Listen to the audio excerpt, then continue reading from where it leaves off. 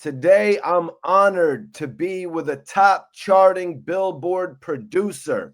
The man I'm with today has dominated the top of the Billboard charts with some of the greatest artists across different genres.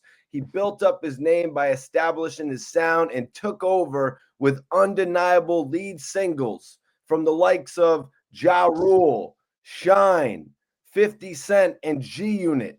And today, I want to welcome a producer that you have more than likely heard of. You have probably played some of his music in your whip or danced to it in the club. You might know him from street radio, or you might know him as Jimi Kendrix. Either way, it's my honor to welcome him to the show today.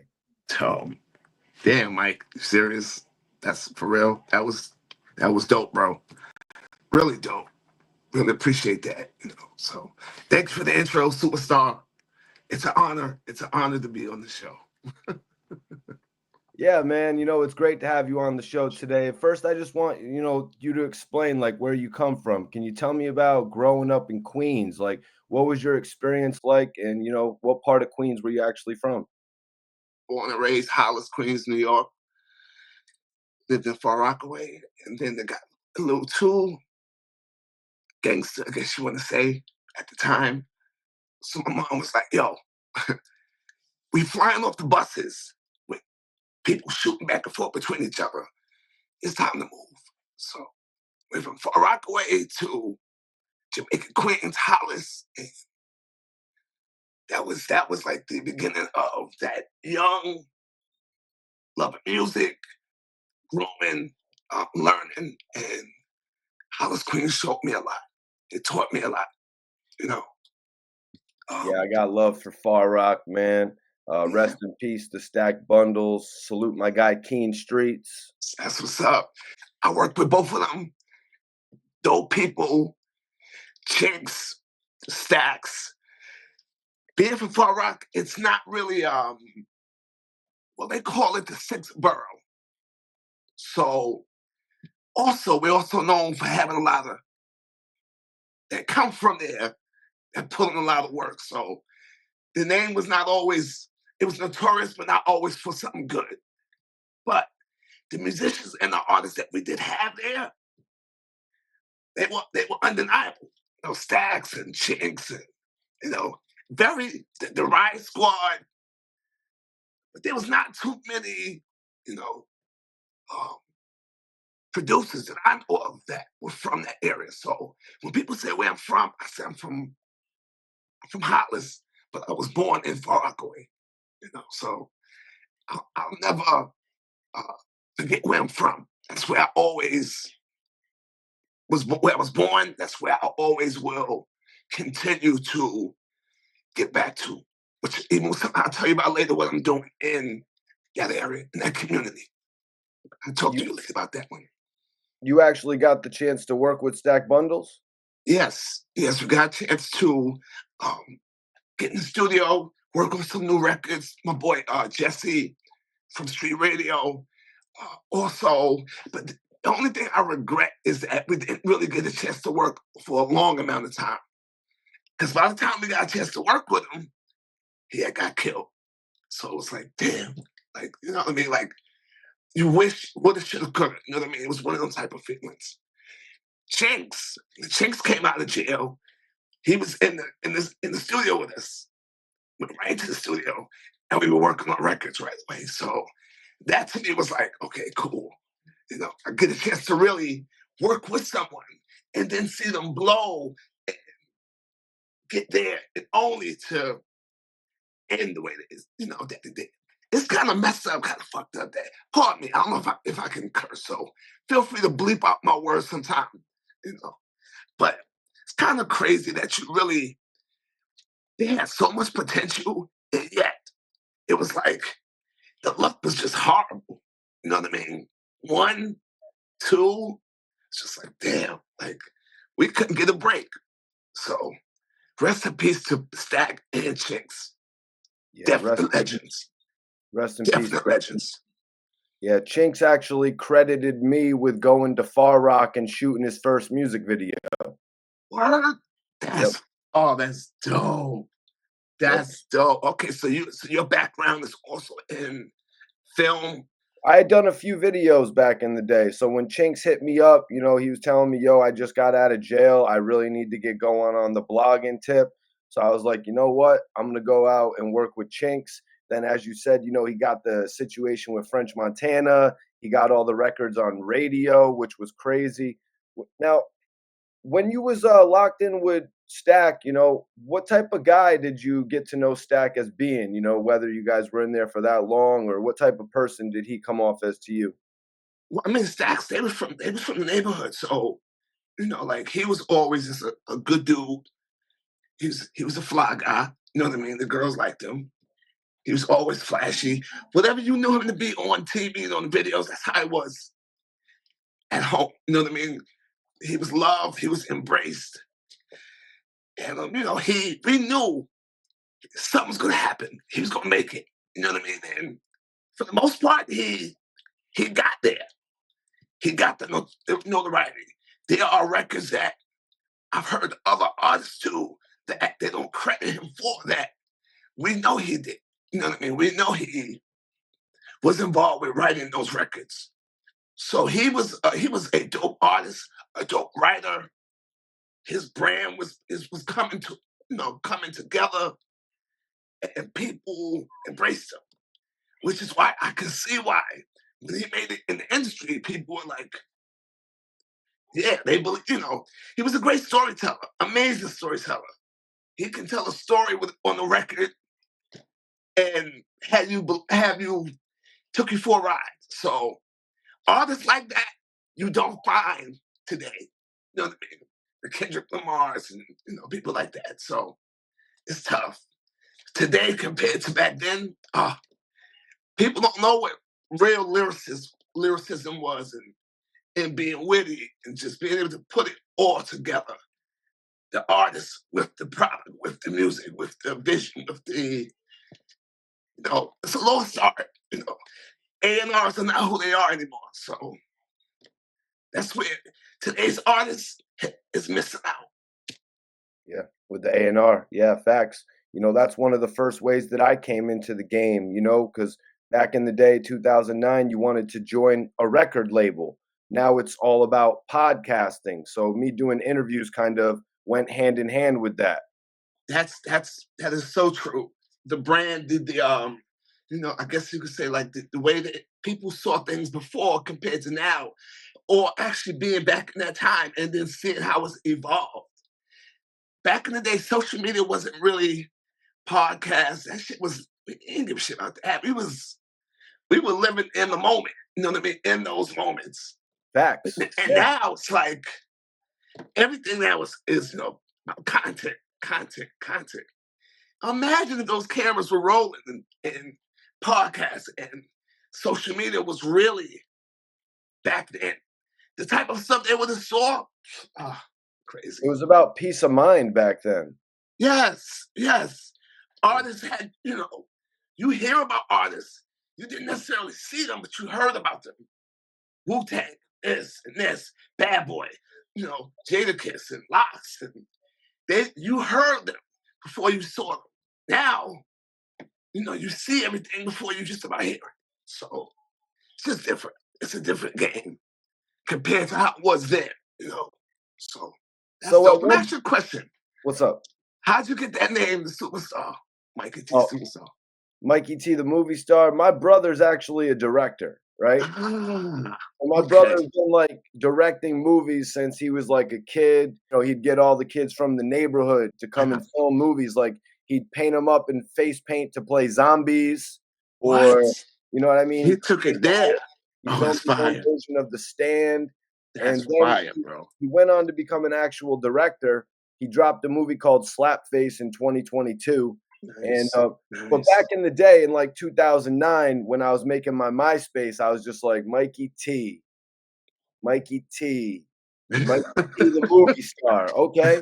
And it was kind of corny. You know what I mean? People would be like, yo, it's kind of corny or whatever. But that's why I had to make people believe in it. So I got every major rapper that you could believe saying, shout out Mikey T, the movie star, from AZ to Rick Ross That's to, my boy. you know what I Easy. mean? All the dopest rappers that I would link up with back in the day, you know what I mean? And I kind of made the name credible, you know what I mean? Nice. That's dope. That's really dope. Did you feel like you could fill the shoes of that name in the beginning? I was like, I've got to make myself able to fill the shoes of that name, or else people are gonna think it's coming off as corny, you know what I mean? And Yeah. yeah, you know, I now I made the name work, you know what I mean? Nice. Nice. But I That's want to ask dope. you a question. So at one point, Jimi Kendrix was the milkman, Not the milkman. Well, what happened was this was during the time when Jay-Z was recording Blueprint 2 album. right? Somehow I got a CD over to Hove through my uncle, Big Chuck, who is the drama family. He's that guy. There's nobody in the industry that don't know Big Chuck. Michael Jackson, uh, New Edition, Dr. Dre. He held down Dr. Dre. He held down Eminem. You know, he's that guy from New York that lived in LA. So I call him Uncle Chuck. I get him a CD. He does whatever he do.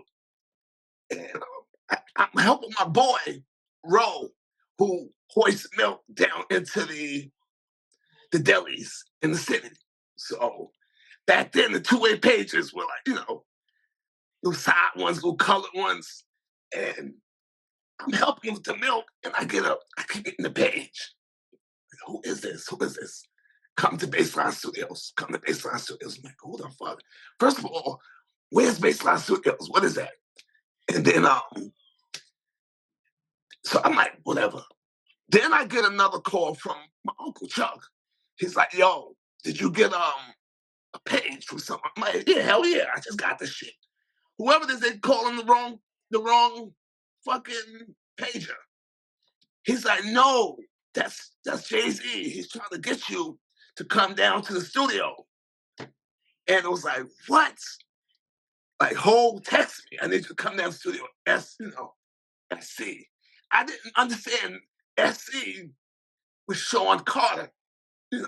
So I'm like, oh God, yo, bro. I tell my boy, I gotta dump you. I gotta skedaddle. So you have to hoist this milk by yourself.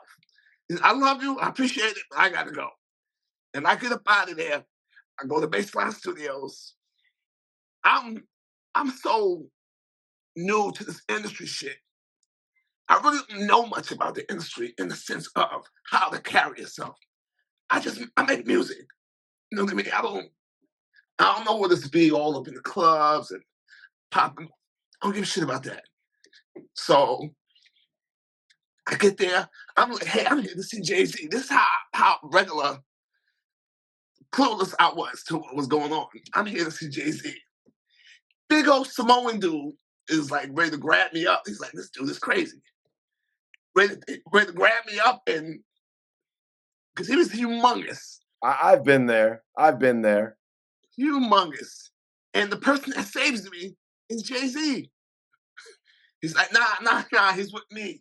And I'm like, I'm standing there like, that's Jay-Z. And he's looking at me like, let's get to it. You know what I mean? And I was just like, wow. And from there, life just began to change. Getting the chance to work with him, getting the chance to be in the studio with him, and experience what it is to be, or what it is to make a record. The way that he was doing it, it was mind-boggling. No lyrics. You just sit there and write it up in your head and then print it. It was amazing, amazing experience to see. Someone as big as he was at that time want me in the studio with him when he really could have just recorded the record himself and sent it to me. And I'd have been just as happy. But for him to allow me to be there during the process was amazing.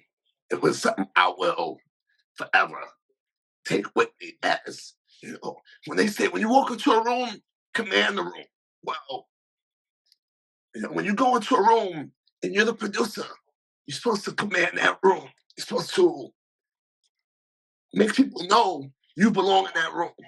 And it really felt good to be side by side and see what my work or whatever I was doing could where it could reach. It was amazing. Shit was amazing. A kid from Queens from Hollis. Nah, those moments don't always come, but I'll forever remember that. And there was a lot of politics going on because the record I did had Frank Sinatra in it. Right. That's what I wanted to ask you. I Did It My Way. It was featured on Jay-Z's The Blueprint 2 album. Did you Yes. come to Jay-Z with the Frank Sinatra laced on the beat? Yes. And that's the crazy thing about it. That's why I say it's important for producers to be producers. Don't try to tailor records for certain artists, but do what you do. Do it your way. And when I gave him the record, I gave it to him exactly as he took it. And when he realized it was Frank Sinatra, he was like, Jay was like, no, the labels were like, oh my God, it's Frank Sinatra. There's gonna be a whole bunch of issues going on. Frank Sinatra's people were like, what's up? But Jay was like, I want it just like it was. I don't want you popping out the sample. If we gotta do it and deal with Frank Sinatra's people, we're gonna do that. So I didn't think that was gonna be possible because that's Blue Eyes. So, but being Jay-Z and Def Jam and got it done, of course, a lot of the publishing or the percentage came out of my area, which went to Frank Sinatra. So I took less, but I felt like I gained more at the same time because that record really, it wasn't really the big single, but it was one of those records that people always remember. That Frank Sinatra in that record and what he was saying. Hey, people waiting for me at the airport like I'm a Beatle or something. That's literally because that very night he was leaving to go to Japan. So there was a time schedule on getting that record done before he flew out overseas. So it was good that I was able to get there. We did the record and he actually put that on the record.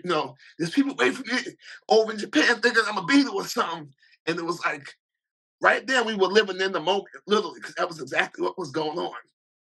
It wasn't like it was planned. They believe it was really, that's how the records were being done back then. So to me, that's definitely one of my favorite records and one of my first records.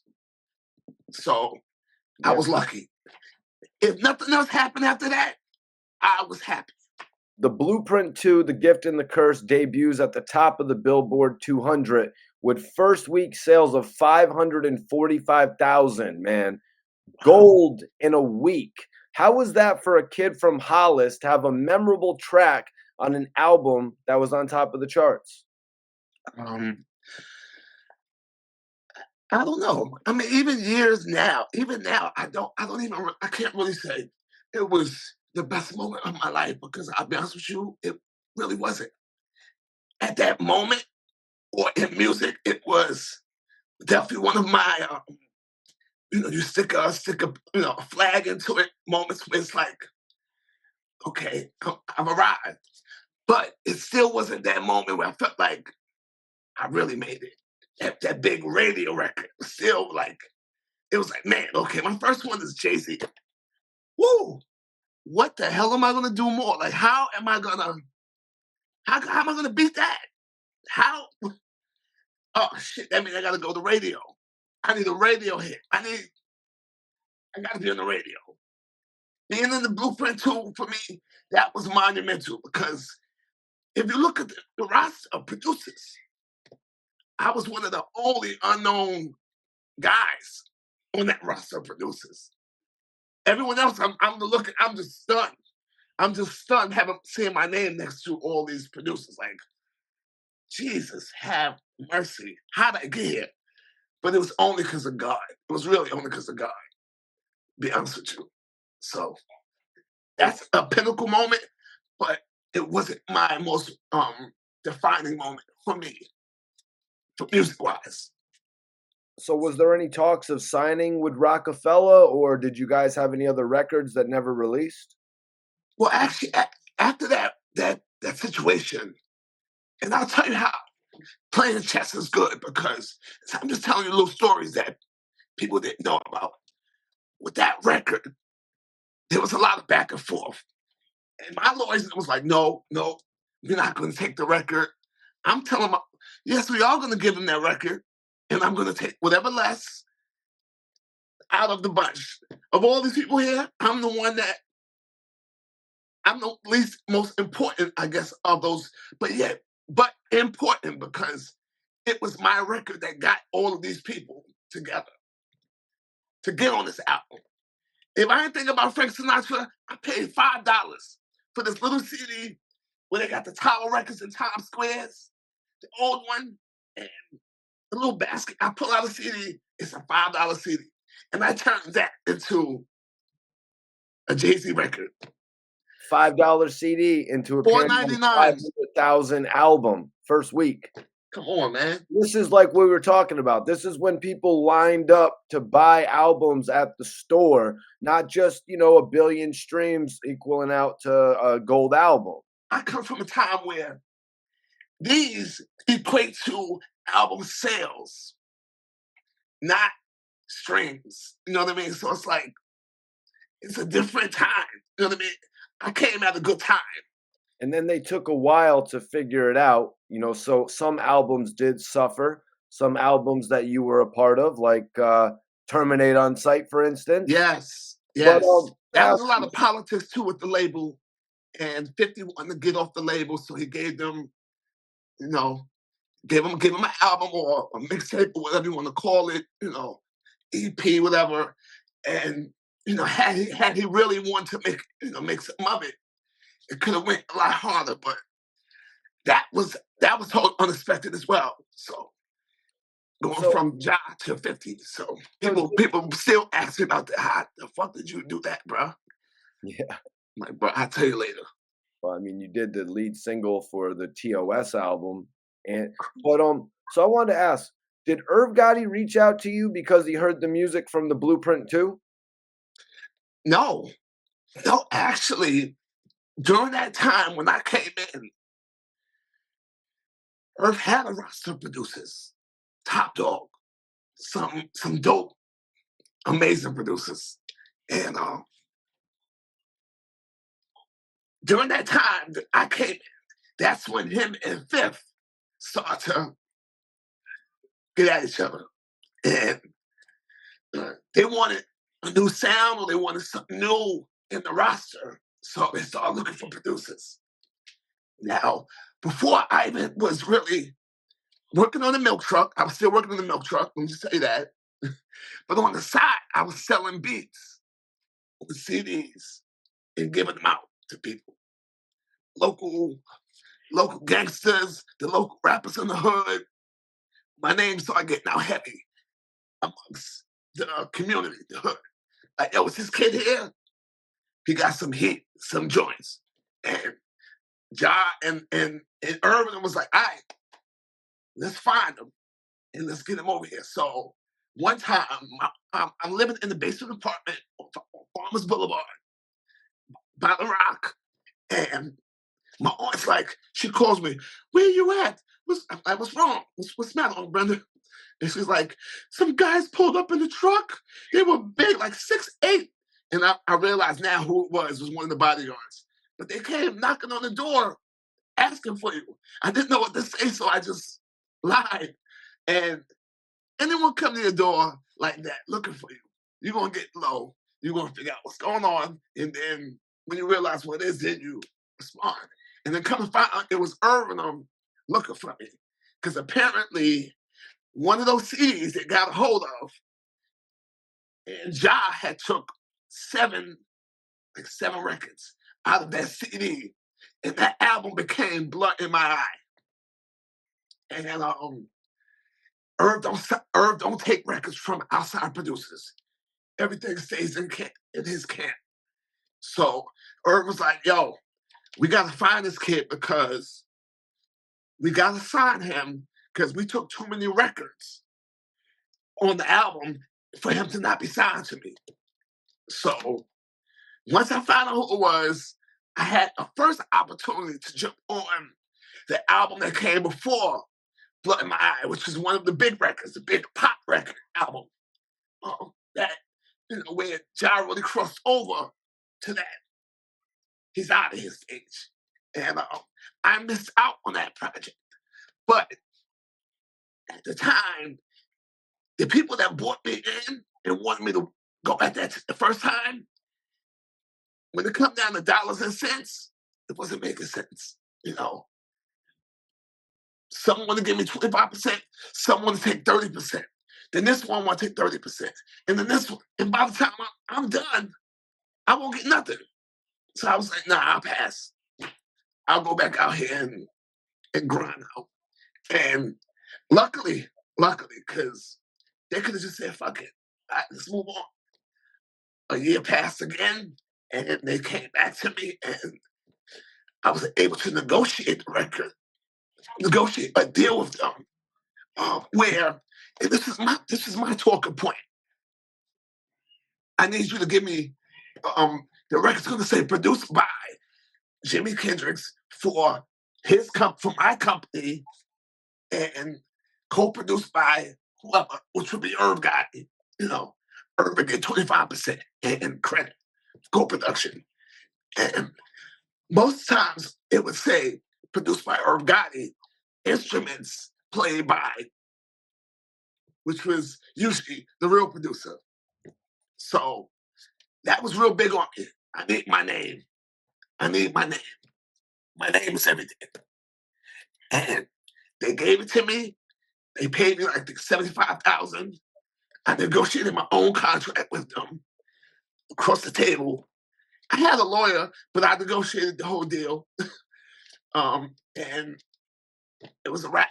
At that point, it was a wrap because, as you can see, as time went, a lot of catalog began to come out where I started to get my hands real busy in working with Ashanti and Lloyd and Ja, Shyne, really, pretty much being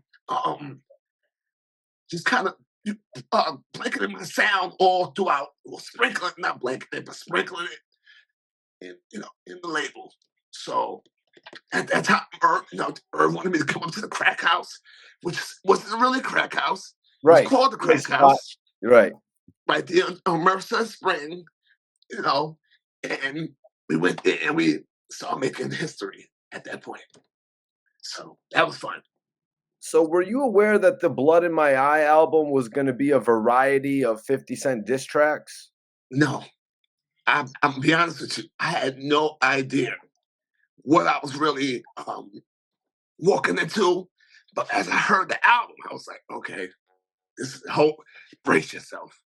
Brace yourself, brother. 1, 2, ignore the noise on the outside because, even during that time, people were telling me, close people, like, yo, you shouldn't sign with them. You shouldn't sign with Murder Inc. They're notorious. You get all of that.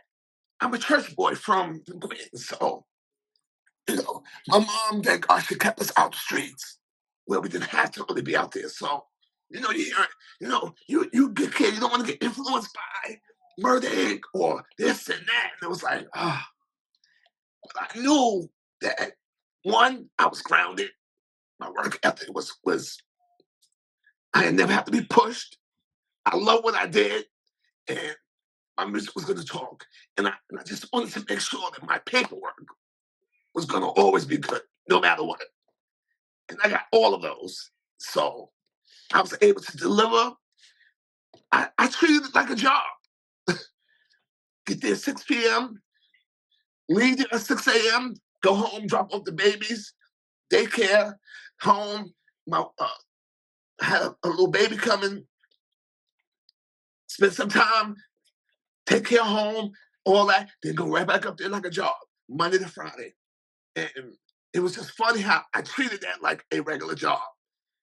And I'll come in one day, I'll come in the next day, and I'll do a bunch of records. I'll come in the next day, and I'll go into the crack house, into the main floor, the one where you see the bullets on walls. That was my room, which I got a chance to work with. But I would see R.U.L.E listen to the records, saying, send that one up, send that one up, that's gonna be Jazz. Send that one up, that's gonna be Ashanti's. Send that one up, that's gonna be Lloyd's. So I was like, okay, cool. So as long as I provide him with records, it makes his job easier. It makes what I like to do fun, exciting, and no one's on top of me. Like R.U.L.E is really just letting me just do me. He's not trying to make me sound like him or try to sound like. And I later found out that the person that was telling R.U.L.E to leave me alone was Ja. Ja would tell R.U.L.E, don't fuck with him. Don't take the nigga. Let him do what he do. That's why you notice a lot of the records just kind of it was different. It came from different varieties, different sounds, because they let me do what I wanted to do. And I love that because someone like R.U.L.E, he likes to be hands-on. So he had Chink in the studio with him and telling Chink, play it like this or do it like this. And I never had the experience with him, ever, which was one of the only things I regretted. Like, damn, why didn't I ever get a chance to really work with him? Besides, once the record was being mixed or whatever, we was in the studio. But actual creating of the record, he never really fucked with it. And now I realize why. Thanks, Ja. Which I appreciate that because I guess it's like, yo, we signed them to 7 records that off the rip. Let them go. Let them go crazy. What's the worst thing gonna happen? You know what I mean? You can really kind of reach other places, and I get it because that's how the Shyne record happened. How R.U.L.E was able to make, it was 150,000 for the track. They sent us vocals. Jimmy Choo. We didn't know what to do with these vocals because at the time Shyne was in jail. And they had just bought his catalog to do this deal with Gangland, and they started sending the records to the vocals, acapellas to people, big producers, anyone. So they sent it to us. I cook something up, add a little guitar to it. I send it in.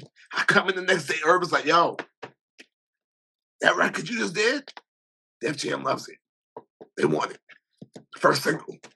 And I was, what my question was, how much they paid for it? Me, if I sold it to them, 10, 20,000, 30, maybe more at the time. R.U.L.E got 150 for it.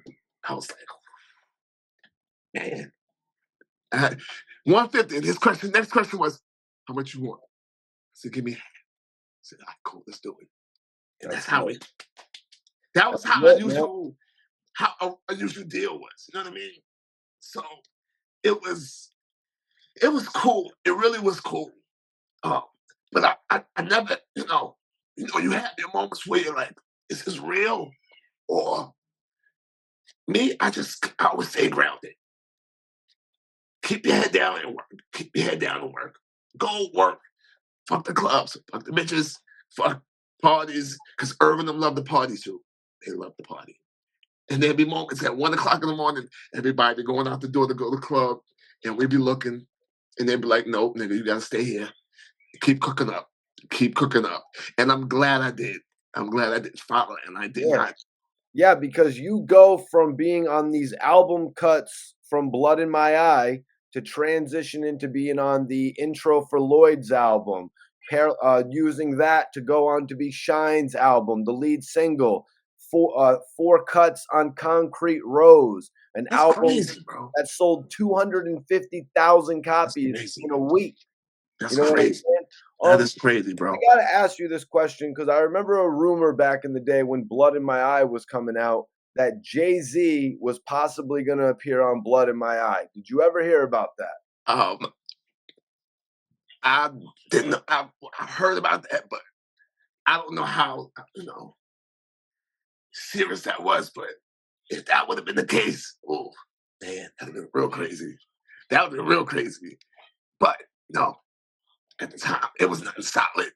R.U.L.E really just wanted us to focus on making records, just keep cooking records. You could come to R.U.L.E and say, R.U.L.E, I need $20,000. He'd say, hell no. You tell him, I need $100,000 keyboard that's gonna make this shit sound like, he'd be like, here's the card. Because he's smart. He realized this. If that little $100,000 keyboard makes me one hit record, is paid for itself 100 times over. It changed his life. You know what I mean? So R.U.L.E was very much big on investing in your craft. Y'all need instruments, equipment, here. The more instruments, the more ammo, the deadlier you are. And I come from a family that plays instruments. I was a drummer. I toured as a drummer with the Gap Band for a while. My twin brother's a bass player. My other brother, Shyne, is a keyboard player. My other brother, Jabbar, is a guitar player. And we all sing. So we come from a music background, which was an asset for R.U.L.E as well. I can play a little bit. So having that background was really helpful because I didn't really have a music school. My mom couldn't afford a music school with 5 kids, same dad, and struggling, food stamps, welfare, Section 8. She couldn't afford that. So school for us was church. How did you make the connection to work with 50 Cent and G-Unit on TOS? Oh, now this is another story. And just to make this clear, once I left with Murder Inc., which we left amicably, no problems, during that time with the federal investigation and the label, shutting down, and my contract was up. I did what I did with them. And, I started a company called Street Radio with my boy Jesse Matthews. What happened was he interviewed me for Scratch Magazine. And he was like, yo, you nice. I'm like, appreciate it. And we built a relationship. We built a company called Street Radio in Brooklyn. And then just so happened, my boy Ron Atkins, who I went to high school with, he was working at G-Unit. So I guess the word came out that, they were looking, 50 was looking for records. He calls me, send me a couple CDs. I sent him a CD, and the rest was history. He took 3, 4 records. Yeah, off and on. I like the way she do it. We did a couple records, a couple singles there. And that was the rest of it. That was history. Another crazy thing is I never met 50 Cent during that time. When he did the TOS album. I met 50 Cent before I was even at Murder Inc. I was at a studio called Chain Reaction Studios in Queens. I was an in-house producer, okay? Shout out to my boy Bill and O, Chain Reaction, who walked into the studio. No, Mr. Dead, it was my boy from Run DMC. Jam Master J. JMJ. He comes in, and who's with him? 50 Cent. And he came and he talked to my boy, O and Will, and me and 50 on the back, just talking, quiet guy, very smart. And I didn't realize, once again, I'm yellow, so I really didn't understand who that was. And really, we didn't really care. It was just really about music. We just playing music and just building until J Master J came back, and that was my first experience with him. Had I ever known I was going to work with him, no. And I don't think there's many producers. I'm sure you can look this up, but I don't think there's many producers that can say that they have produced for Ja and 50. Even Ja, 50, and Jay, which is crazy. So, you know, that was pretty cool. That's pretty cool. But it's still a touchy situation because I still got love for Earth, for Ja. For me, I think those moments at Murder Inc. were like, that was that moment where I was like, okay, I'm here. I'm really here now.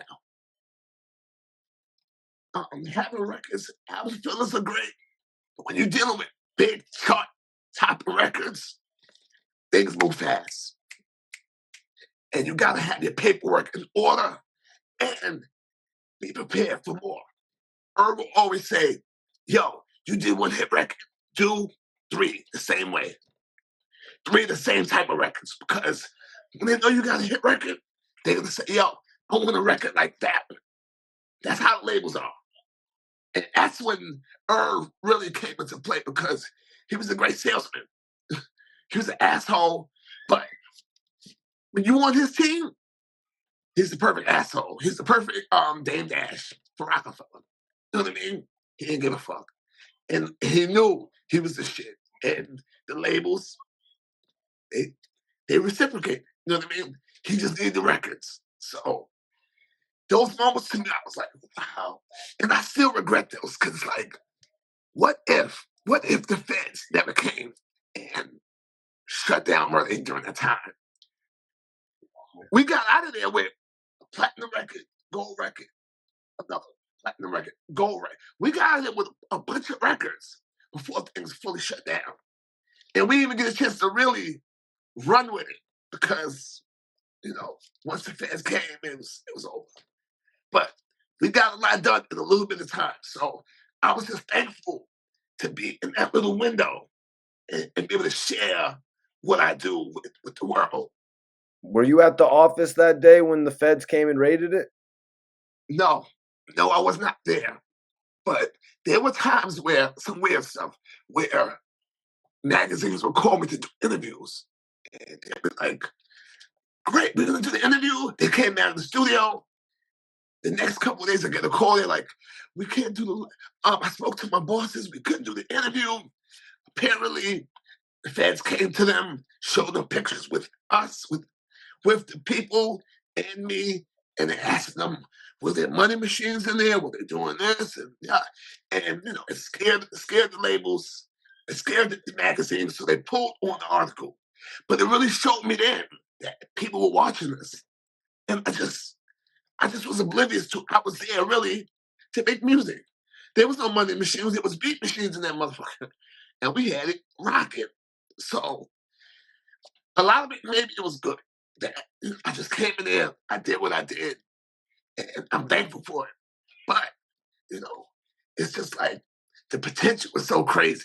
It was really crazy because had a lot of things been right, Urban could have been rolling for a while because I was just getting started.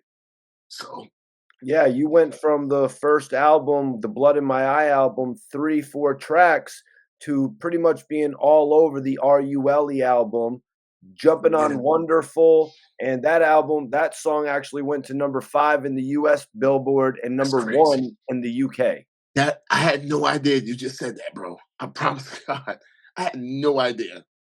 And you Ja know what's so Rule's funny? first number 1 in the UK. I promise to God, that is the first time I've ever heard that, ever. So you told me something I had no idea about. Real talk. And you know what's crazy too? I've been hearing my record, that same wonderful record. The people in Brazil have kind of transformed that record into like this amazing Brazilian hit record now. They remixed it. It's become one of the biggest records in Brazil. And it's I don't know, it's humbling because your idea has now transformed into something else that's is beyond your control. I just I look at it and I'm like, wow, God is good, you know. I take none for granted, but I'm thankful. I'm thankful. Facts, man. R.U.L.E. The album actually debuted at number 7 on the top 200. It sold 165,000 copies in its first week, and it was certified gold. How was the reaction to the album going gold? It was great because there was more potential. There was more ahead at the time. The label was ready to. The push was crazy, but it was between the success of the record was great, but you had to keep in mind 50 at the time was also. This is 2004. This is when 50 was actually releasing Young Buck and Lloyd Banks solo albums. So he was already a monster. He was already a monster. You know what I mean? He was already Godzilla walking around through the city. Like, it was a lot. You know what I mean? That didn't stop you because I'm just saying in 2004, you were Mr. Billboard from July, from That's the Lloyd crazy. album, number 11. You That's know what I'm saying? crazy. I Lloyd, just saw Lloyd at the funeral too of R.U.L.E.'s funeral. That was rest in peace to Irv Gotti, yeah, gone way too soon. way too soon, man. Way too soon. Yep. But I'm thankful. I mean, that was really that experience was for me was a masterclass in seeing what a label goes through day by day, department by department, the street team, executives, producers, engineers, runners. You really got to see the office compared to the studio, who's cutting the checks, who's really running the label. It was amazing. It was a great experience. So, And also tell me about your new label and what you're doing now, man. I know you got a lot cooking. well, I'm really one thing I'm trying to do is I really want to get involved with getting people together that are interested in creating some type of a union, a music union, because really, movie stars have unions, teachers have unions. Why do musicians and artists not have unions? And we're a trillion, gazillion selling business. Um, Artists, independent, established artists. Health insurance don't come with it. We have to pay out of pocket. So why isn't our union in place to protect and empower upcoming artists as well as help them? Dental insurance is serious. All these things cost money. And if we really thought about it, we really could have got in front of this. But of course, the powers that be would never want that to happen. They would never want that to happen at all.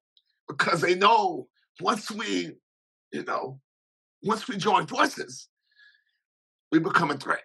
So it's tough. Uh, Another thing I'm doing is I created a company called the Producer Academy. And it's just a mentorship program to help young producers, put them in the studio, help them mature their craft, and help them get placed. And then we do producer showcase where we get producers to showcase their music. I got special guest judges. They give them, critiques, build with them, and, and we really just trying to build a community. Uh, by the way, rest in peace to my boy, the legendary J Hatch, who was a pioneer in the producer showcase platform. Uh, he's helped thousands across the country, even in the UK. Uh, he passed away not long ago. And he was he was also my manager when I was producing. So Peace. we got a chance to really build 20 something years. And he passed away of cancer.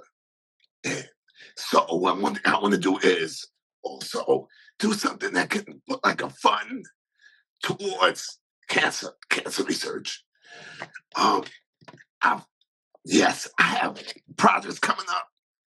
There's a couple things that's going down. I haven't really announcing it because I'm not going to announce nothing until the ink is dry. I'm also negotiating my publishing deal, which has been crazy because people have been calling me left and right trying to get a publishing deal done on me. And me, I would like to keep what's mine as long as I can and pass it to my children. But you see all these new deals. Look at Earth, 300 million, just did his deal. Look, that was timing. That was perfect timing. 300 million. T-Pain just did a big mega deal. He just did it. But they're selling away their publishing. It's out of the way. So me, I have to keep it and pass it down to my kids, you know. Facts, yeah. I think there's more value in that to me. But if the number's crazy, I don't, I don't know. But I'm just thankful to even have to be able to have those conversations. You know what I mean? But I never seen none of this coming. Never expected it. I still go to church. I still take my daughter to the babysitter. My kids. I still live a regular, normal life. But the experiences and stories from the past.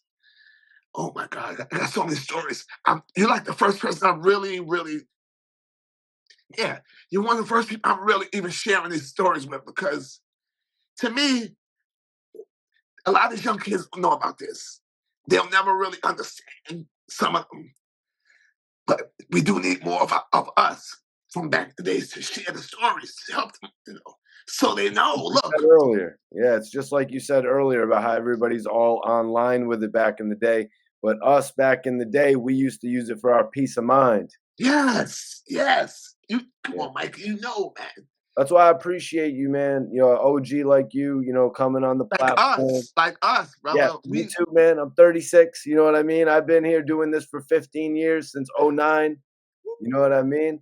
But I appreciate you for jumping on the platform today. I didn't get to ask you, when did you find out that you did the lead single for Terminate on Sight? They did a video. I like the way she do it and all that. BET. When did you find out about that? We didn't find out until literally days before they released everything at the last minute. And then they had because it was still up in air what records they were gonna choose. I didn't even know they even took the record. How crazy is that? Everything was pretty much in place already. And then out the blue, they're like, yo, that's going as the first single. We gotta send over a producer's deck and pay us. And once again, it moves fast. It moves fast. The key is just being ready. And I was ready. So Yeah, that's how it worked back then, actually. Yeah, because you're talking 2008. 3 years later, you would appear on the Big Ten with On and Off. How did you, get made aware of that? Did 50 call you? Was this a new session? no, actually, it was actually the same way. I guess from what I know there's a system where like 50 has producers, and, once you place records, they keep you in a certain, Rolodex.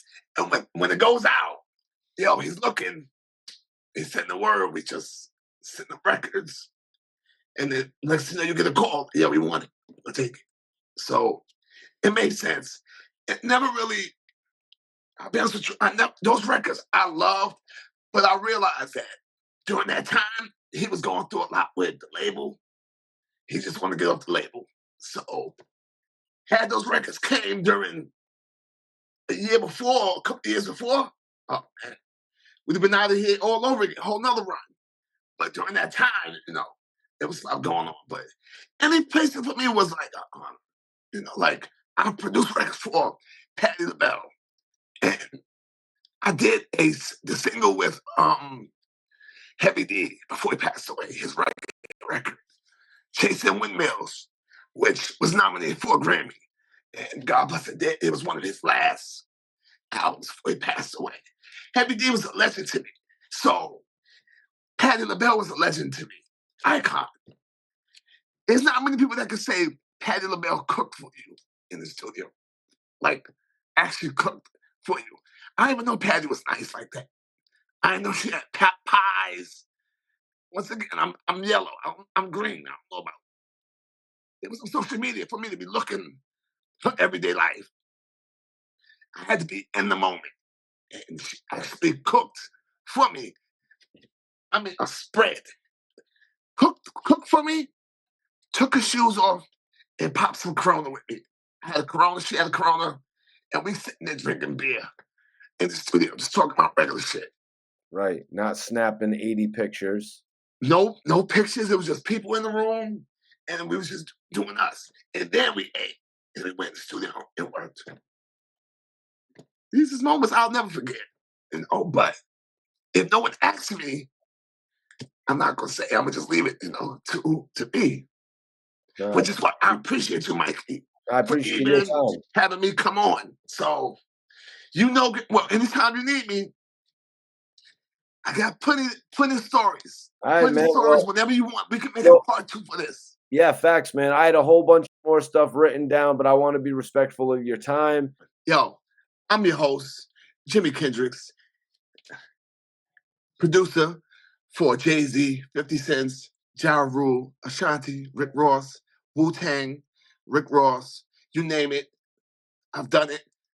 I'm here with my boy, Mikey T, the movie star. If you know who he is, do your homework.